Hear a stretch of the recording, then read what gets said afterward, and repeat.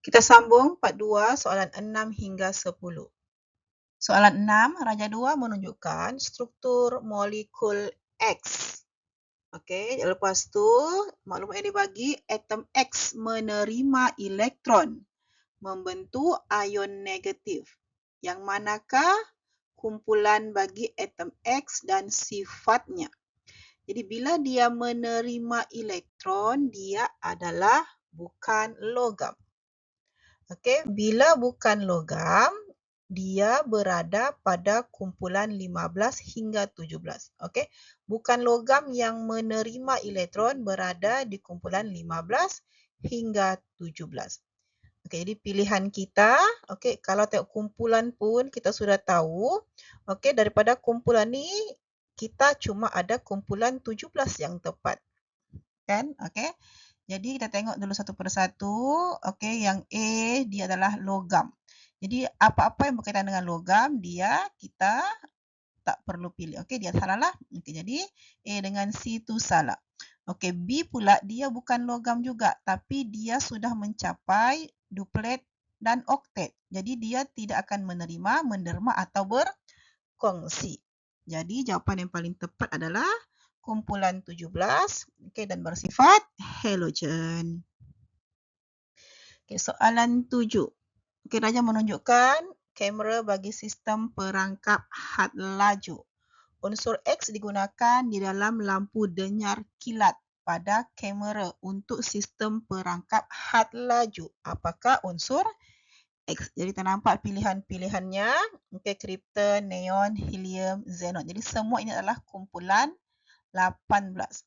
Okay, krypton fungsinya digunakan dalam lampu denyar kilat pada kamera, digunakan di dalam laser untuk rawatan retina mata.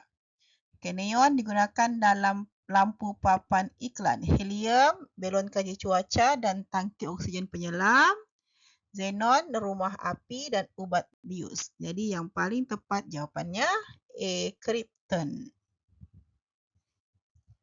Nombor 8. Antara yang berikut, manakah menjelaskan perubahan kereaktifan unsur menuruni kumpulan 1?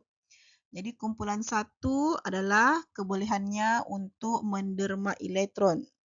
Okey, jadi kumpulan 1 semakin menuruni kumpulan, kereaktifannya bertambah.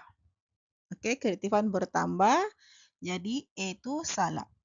Okey, bila kereaktifannya bertambah, apa yang menyebabkan kereaktifannya bertambah? Okey, kita tengok daripada gambaran kita ni, daripada litium, natrium, kalium. Okey, elektron valence yang di luar. Elektron valence yang di luar, elektron valence yang di luar. Okey, jadi elektron valence dengan nukleus. Okey, kedudukannya litium ni elektron valence dan nukleusnya dekat. Okey, si natrium elektron valence dengan nukleusnya jauh. Jadi B, kedudukan elektron valence semakin jauh daripada nukleus atom. Okey, mungkin betul. C, daya tarikan nukleus terhadap elektron valence semakin berkurang. Jadi bila dia semakin jauh, okey, daya tarikan nukleus tu semakin lemah. Okey, macam betul juga C ini. Okey, jadi bila dia semakin jauh, tarikannya semakin lemah, elektronnya semakin mudah didermakan. Jadi D ni salah. Okey, sekarang ni kita ada pilihan B ataupun C. Okey, kita kena cari yang paling tepat. Okey, daripada buku teks kita akan nampak, okey, ayatnya kedudukan elektron valence semakin jauh daripada nukleus atom sama macam jawapan di B. Untuk C ada sedikit yang tidak sama, iaitu semakin lemah dan semakin berkurang. Okey, jadi kalau pilihan yang paling tepat adalah B.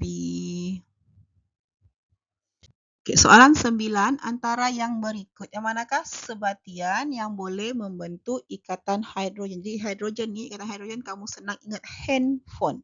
Okey, maksudnya hidrogen dengan fluorin, hidrogen dengan oksigen, hidrogen dengan nitrogen. Okey, jadi dalam pilihan kita, okey, yang ada cuma fluorin, iaitu sudah bertukar kepada fluorida. Jadi hidrogen fluorida adalah ikatan hidrogen. Okay, soalan 10. Antara berikut yang manakah merupakan faktor pembentukan ikatan kimia? Kita tengok pilihan jawapan.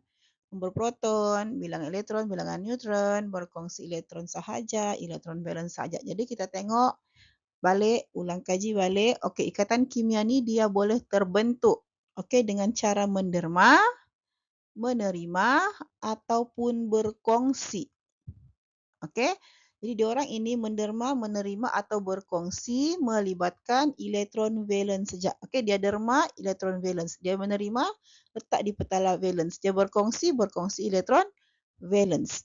Jadi jawapan yang paling tepat adalah D, melibatkan elektron valence sahaja.